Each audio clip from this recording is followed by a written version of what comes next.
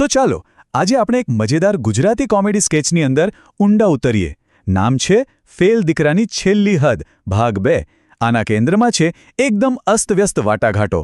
ખરેખર આ એક એવી કહાની છે જ્યાં એક બાજુ પિતાનું પ્રેમ છે, બીજી બાજુ ગામની આબરૂ દાવ પર લાગી છે, અને આ બધાની વચ્ચે છે પૈસાનો ખેલ. બધું જ એકબીજા સાથે અથડાય છે. આખી વાર્તાની શરૂઆત જ થાય છે આ એક સવાલથી. આ કોઈ સામાન્ય વાક્ય નથી, આ એક પિતાની હતાશ વિનંતી છે.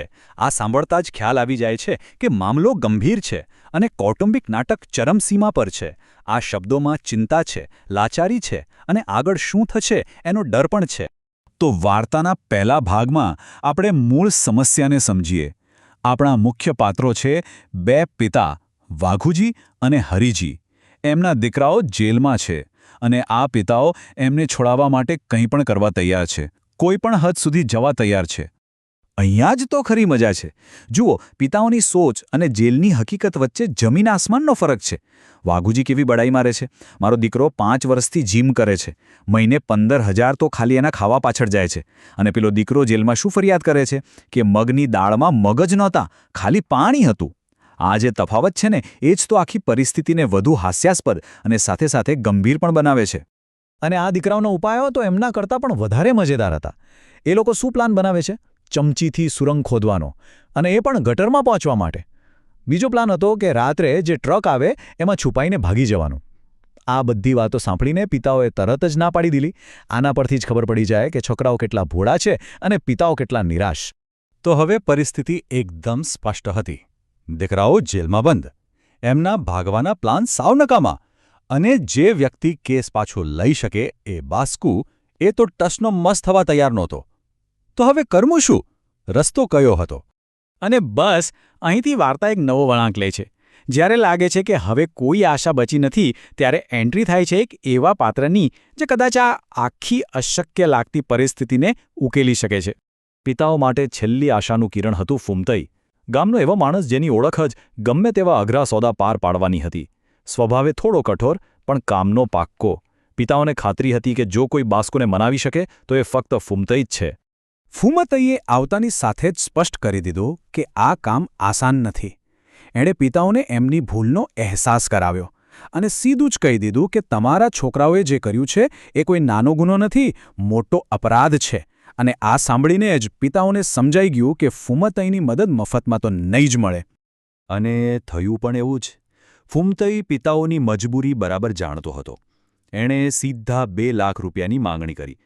આ રકમ સાંભળીને વાઘુજી અને હરીજીને તો જાણે આઘાત જ લાગ્યો. આ માંગણીથી ફૂમતઈએ શરૂઆતથી જ સોદા પર પોતાનો દબદબો બનાવી લીધો. ચાલો હવે આપણે વાર્તાના સૌથી રોમાંચક અને નિર્ણાયક તબક્કામાં પ્રવેશ કરીએ. આ એ ભાગ છે જ્યાં ફૂમતઈ ગુસ્સાથી લાલચોળ થયેલા બાસ્કુને મળવા જાય છે. બધું જ આ એક મુલાકાત પર નિર્ભર હતું.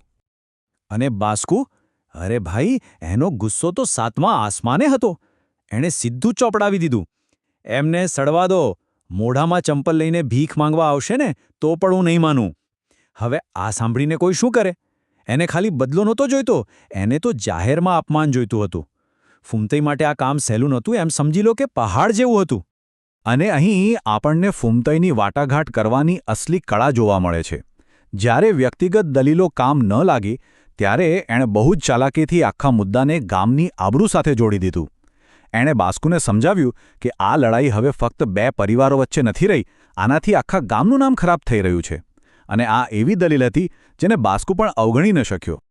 તો ફૂમતઈની ચાલ કામ કરી ગઈ. બાસ્કુ આખરે સમાધાન માટે તૈયાર થયો, પણ પોતાની શરતો પર.